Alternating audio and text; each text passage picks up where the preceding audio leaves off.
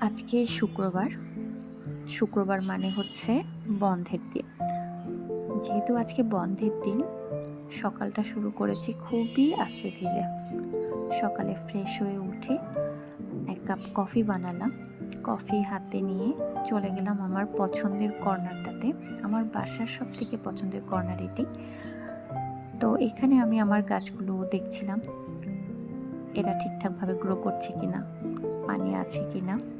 আসলে সপ্তাহে একটা দিনই সময় পাই নিজের যত্ন করার, পরিবারের যত্ন করার, গাছগুলোর যত্ন করার। তারপরও একটু আস্তে ধীরেই সকালটা শুরু করি। আর এটা হচ্ছে আমার স্পাইডার প্ল্যান্টের মাদার প্ল্যান্ট।